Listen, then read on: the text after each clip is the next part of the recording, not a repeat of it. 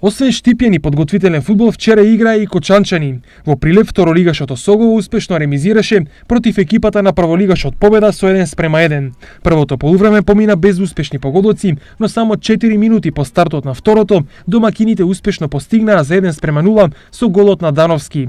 Следните минути се играше доста живо, па во 75-та минута Кочанчани ја искористија приликата и Жоглев успешно поентираше за конечните 1:1.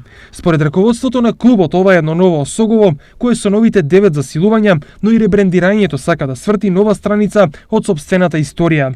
На 5 февруари Осогово избра ново лого, веќе го обнови тимот, а пред некое време избра и ново раководство.